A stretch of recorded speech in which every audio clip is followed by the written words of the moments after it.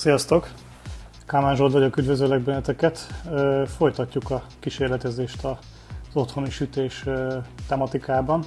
Ismét Budapest, ismét az albérlet, ahol úgymond nem professzionális körülmények között próbálkozok a pizzasütés fejlesztésével. Van pár ötlet, illetve technika, amit úgy gondoltam, hogy a korábbi videóhoz képest bevetnék, és hát ha jobb eredményeket hoz. Ezt tudjátok most itt nyomon követni, úgyhogy első lépésként nézzük meg azt, hogy hogy fog kinézni ez a felszerelés és ez a történet, ahogy ebben a körben fogunk sütni.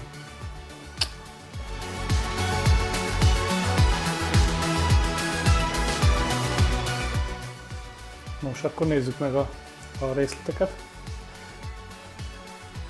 Először is ami újítás történt, hogy a fapados pizzakő helyett most a régi nagy kedvencemet poroltam le, és a pizzavas, amit nagyon szeretek, egy ilyen 10 mm-es vastagságú A36-os kompozitanyagból készült lemez gyakorlatilag. Ezt fogjuk bevetni, és ahogy látjátok, ez egy elég nehéz objektum, ezért erre a rácsra raktam rá, viszont a rács szálai is hajlamosak egy kicsit meghajolni, és nehezen viselik ezt a súlyt, ezért egy ilyen vékony sütőre raktam, és ez a 3-as szendvics lesz az, ami igazából fogja adni a bázist. Annak is azért van jelentősége, hogy itt egy tepsi nem csak a merevítés szempontjából, mert ez is tárol némi hőt, és itt hozzátesz a hőtényezőkhöz. Akkor itt van a múltkor beszerzett helyi élelmiszerboltban levő korlátozott hőmérsékletet mérni képes, de itt a célra teljesen megfelel, tehát 300 fölé fog tudni mutatni ez a hőmérő, úgyhogy ezt fogjuk még bevetni. Ez igazából csak ide rá lesz akasztva, ahogy a múltkori sütésben is volt, magára a rácsra, tehát nem a sütési felületet mérjük, az továbbra sem állít rendelkezésre, majd lehet, hogy előbb-utóbb hozok egy lézeres mérőt is kíváncsiság miatt, de alapvetően itt a beltérnek a hőmérsékletét fogjuk mérni, és nem a sütési felületet, de ez egy ilyen támpontot tud adni. Akkor nézzük magát a sütőt. Sütőhez változatlanul ugyanaz a történet. Ezek a funkciók vannak, és felkapcsolom a lámpát, és akkor benézzünk a sütőbe. Ha nézitek ide, alulra tettem egy tepsit megfordított állapotba. Ennek az a lényege, hogy úgy pozícionáltam, ez igazából a legalsó hely a lehetséges helyekből, és ennek az az oka, hogy ha megnézitek, pont ide a befúvó rész propelleréhez helyeztem, ezáltal próbálom itt kiiktatni a rendszerből ezt az alsó úgymond holteret, mert a sütésnél azt találtam ki, hogy továbbra is a ráccsal megy, vagy hát ezzel a grillel megyünk, ami itt fönt van. Ez azt jelenti, hogy fölülről fogjuk kapni a hőt, viszont akkor fontos szerintem, hogy az a tér az minél kisebb legyen, amivel dolgozunk a hőveszteség szempontjából, illetve annyit újítottam, csináltam egy ilyen előzetes tesztet, hogy a múltkori alkalommal megtaláltam ezt a felső grillsütést, azt hiszem akkor ebbe a funkcióba voltunk. Ez úgy önmagában jó volt, de nem tudtuk elérni ezt a 260-270-nál magasabb hőmérsékletet, és az is nehezen, tehát inkább ilyen 250 körül volt, amennyire emlékszek rá. És annak ellenére pedig itt be van állítva ez a 300 fok. És utána olvasgattam itt egy kicsit a használati utasításba, hogy milyen opcióink vannak, de ebből nekem az jött ki, hogy talán ezt a funkciót, amit itt most mutatok, ez az, amelyikkel lehet úgymond légkeverést és a felső grillt is működtetni, és ez itt múltkor egy kicsit megzavart, hogy itt 180-at írt ki, de közben rájöttem nagy okosan, hogy van itt egy gomb, ha ezt csavarom, akkor föl lehet menni egészen 300-ig, és ezt az opciót fogjuk most kipróbálni, hogy ezen a ebben az üzemmódban melegítjük elő. Viszont az a tervem, hogy amikor elértük a kívánt hőmérsékletet, és ezzel a úgymond légkeveréses befúvással, amit ez a propeller fog végezni, felhúztuk a sütési felületet, ami ugye a pizzavason fog történni a legmagasabbra, akkor utána viszont váltani fogunk, és én azt próbálom majd, hogy úgy, ahogy múltkor, a grill funkció lesz ilyenkor majd így átkapcsolva, és onnantól kezdve már csak a felső sütés fog érvényesülni, alulról pedig maga a pizzavas fog szolgáltat tenni, és akkor ebben az üzemmódban próbálom összehozni a mostani kört. Meglátjuk, milyen eredménnyel.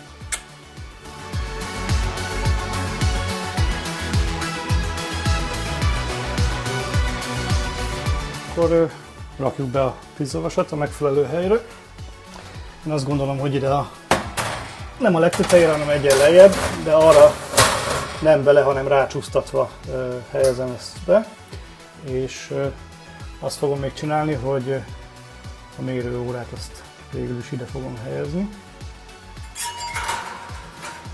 szélére, és akkor itt fogjuk tudni látni, hogy mi a helyzet, és nem kerül útba a pizzasütéskor. Hozom ide a kamerát, és meg tudjátok nézni, hogy ez hogy sikerül akkor így. Tehát még egyszer nem ide a feljebb jövünk, nem ide a tetejére jövünk, hanem erre a második helyre, viszont ebben nem belecsúsztatjuk, hanem ráhelyezzük. Így egy kicsit közelebb kerül a grillhez a pizzavasnak a teteje, de azért még mindig marad ennyi hely, ami elég távolságot jelent, viszont relatíve közel van. Akkor a mérőórát ide helyezzük a sarokba, akkor itt lesz az előmelegítéskor a légbefúvás, és akkor próbáljuk ezzel a tepsivel itt egy kicsit terelni, meg segíteni a dolgokat, illetve kizárni ezt az alsó holtért, mert alsó sütést vagy fűtőszálat nem fogunk használni. És akkor állítsuk be a megfelelő üzemmódot. Úgyhogy akkor, ahogy beszéltük, jön ez a felső sütés és légkeverés kombináció, pontosabban grill plusz légkeverés kombináció, és akkor a hőmérsékletet föltekerjük maxra. Ennél a sütőnél ez 300 fok, és meg is kezdjük a melegítést. Úgyhogy indul a történet ezzel a gomnyomással.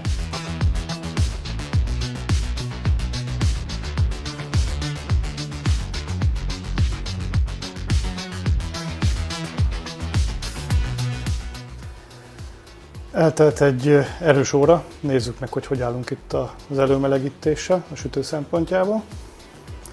Itt lekapcsoltam a lámpákat, hogy ne tükröződjön annyira be, meglátjuk, hogy sikerül ezt így elcsípni. Tehát itt fönt stabil 300 fokot lehet látni kijelző szerint, és ide fókuszálok az órára. Hát, ahogy nézem, határeset, hogy tudja-e még ez a kijelző ezt a szintet, de ez egy nagyon baba, 310, 20, 30 fok, majdnem 340 fok. Ezzel szerintem egész jó egy ilyen otthoni sütőhöz képest. Úgyhogy még annyi, hogy az órát azt felraktam magára a felületre, tehát nem itt elől a rácson áll, hanem magán a pizzavason, és ez hozza ki a rendszerből ezt a képességet. Úgyhogy majd egyszer biztos lézerrel is megmérem, de szerintem ez ilyen egy 330 fok biztos megvan. Úgyhogy szerintem készen állunk a sütésre, úgyhogy nézzük meg, hogy mit tudunk összehozni. Csináljunk egy nyújtást. Így néz ki a bucink. Alulról és egész pofás.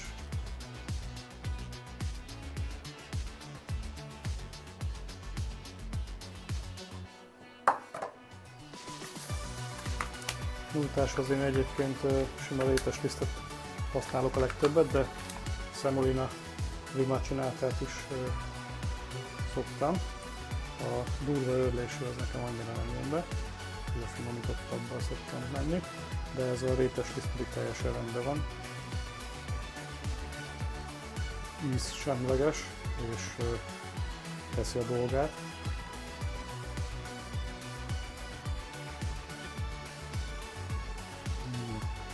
Meglátjuk, hogy sikerül.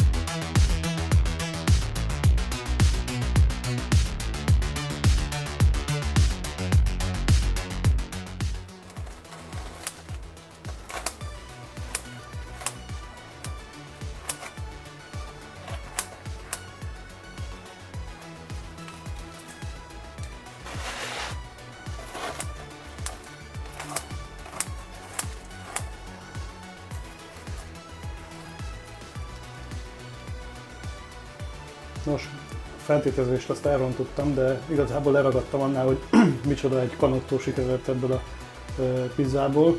Pár helyen elvérzett a dolog, de szerintem maga a sütés az meglepően jó eredményt mutat. Nézzétek meg közelebbről, belevágtam. Hát szerintem ilyen tésztát azért nem mindig lehet látni, és a puhaság az itt megvan.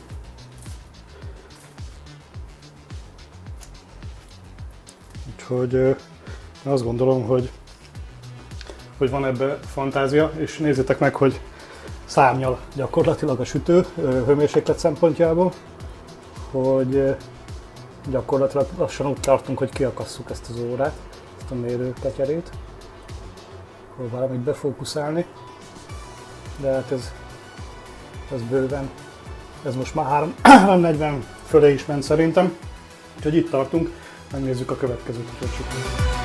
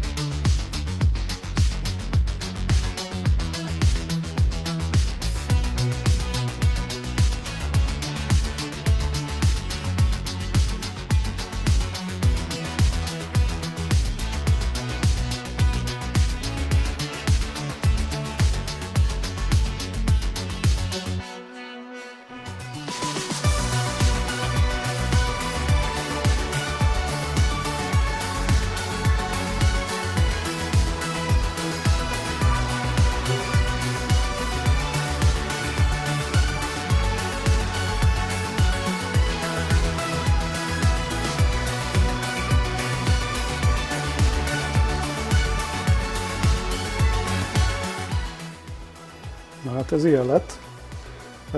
Itt azt vettem észre egyébként, hogy ha úgy szabályoz éppen a sütő, hogy a grill az nem fűt, mert mondjuk már olyan meleg van, és a pizzavas önmagában tartja a hőmérsékletet, akkor ugye az nem kapcsol be, és ilyenkor csak alulról éri nagyobb hő, fentről pedig, mivel a grill nem működik, ez így nem megy.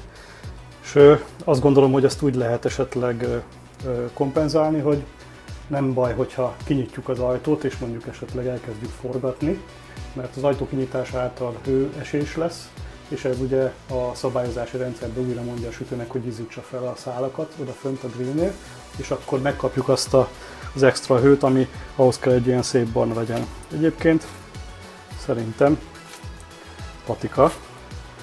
Ez most már egy kicsit tovább sült, mint kellett volna, érezhetően szárazabb a tészta, az első körben ez jobban sikerült, de ennek ellenére szerintem makulátlanul jól néz ki. Akkor vágjuk is fel. Most jól kezdjük itt.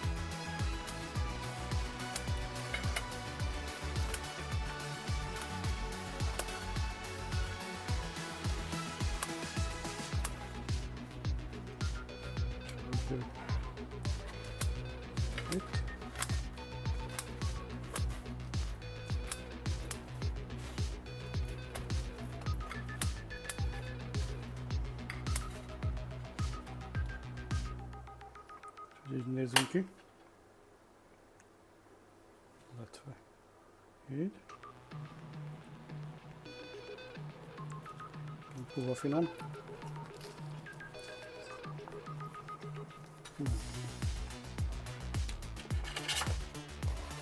Teljesen rendben van.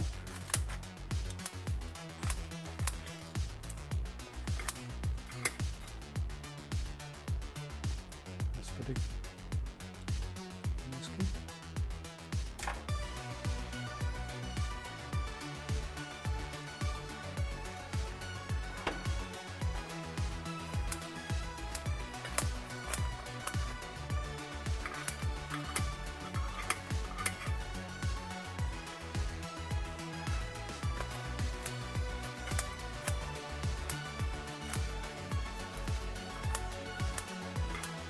Úgy kéne rendjek ide egy normálisabb dolgot, hogy nehezre egy elvágni.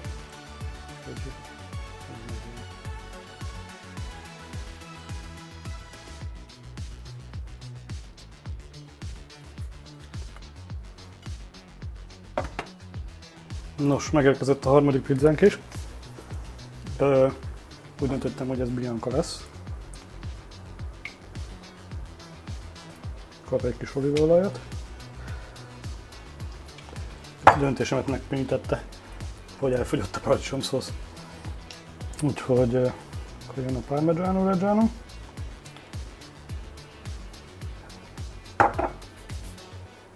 És akkor rárakjuk a mozzarellát, amink van.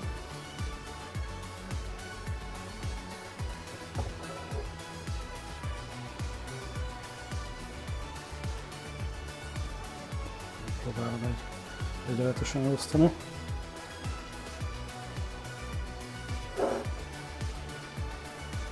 És akkor kicsit még igazítunk a formán.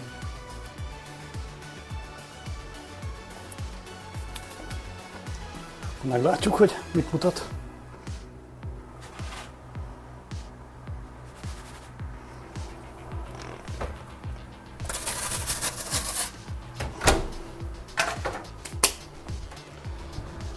Nos, akkor nézzük a sütést.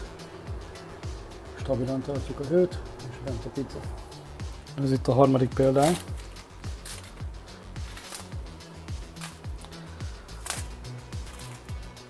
Ez sem rossz, de itt is érezhető az a hatás, hogy egy kicsit szárazabban sült, mert megint elfeledkeztem itt a nagy nézelődésbe, és a fűtőszál az nem ment. Úgyhogy szerintem ezek közül, ha nézzük ezt a 3 próbálkozást, akkor én azt kell mondjam, hogy hogy még ki kell tapasztalni, hogy hogyan, de ezek már biztató eredmények mindenképpen. Most végére értünk a tesztelésnek. Otthoni sütés, nápolyi pizza, canotto. Én azt gondolom, hogy elég sok eredményt sikerült most elérni, messze nem tökéletes, ami született, viszont hatalmas potenciál van ebbe a lehetőségbe, és innen igazából lehet folytatni. Akkor nézzük meg a 3 csinos darabot, amit ezekből a pizzákból kivettem. Ezt itt látjátok, úgyhogy most meg fogom őket mutatni egyesével. Azt mondja, hogy első sütésünk volt ez a példány itt. Ennek nekem jobban tetszik a teteje valami miatt, és ahogy mondtam, ez a tészta érezhetően kevésbé van kiszáradva a többihez képest, sőt, ezt talán azt mondhatom, hogy ki sincs száradva, és egész formás a képződmény egy oldalnézetből. A második sütésünk volt ugye ez a szalámi is. Szerintem ez is rendben van. Itt látható, hogy ez a buborékosodás ez nem annyira lett egyedi, mint inkább ilyen homogénebben buborékosodott.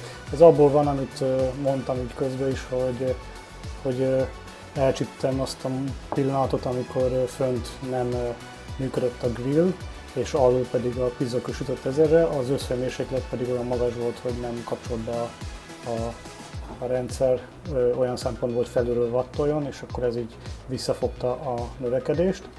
A harmadik, hát ez szerintem több sebből vérzik, de ugyanaz a jelleg, mint ez a másik.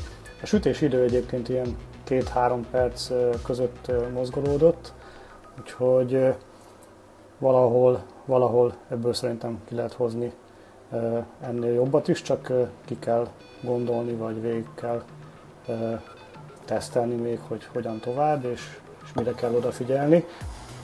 Úgyhogy erre jutottam, remélem segít nektek is az otthoni próbálkozásokban, és folytatás következik.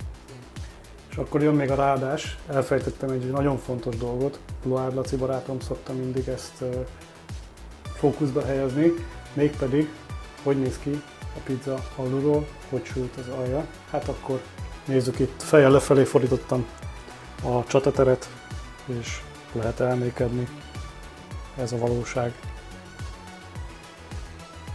Szerintem itt sincsenek alapvetően problémák. Azt gondolom, hogy csak megerősíteni tudom, amit az előbb is mondtam. Van fantázia az otthonsütögetésben, úgyhogy nápolyi pizza, canotto, otthonsütés, normál sütő. Itt folytatjuk. Sziasztok!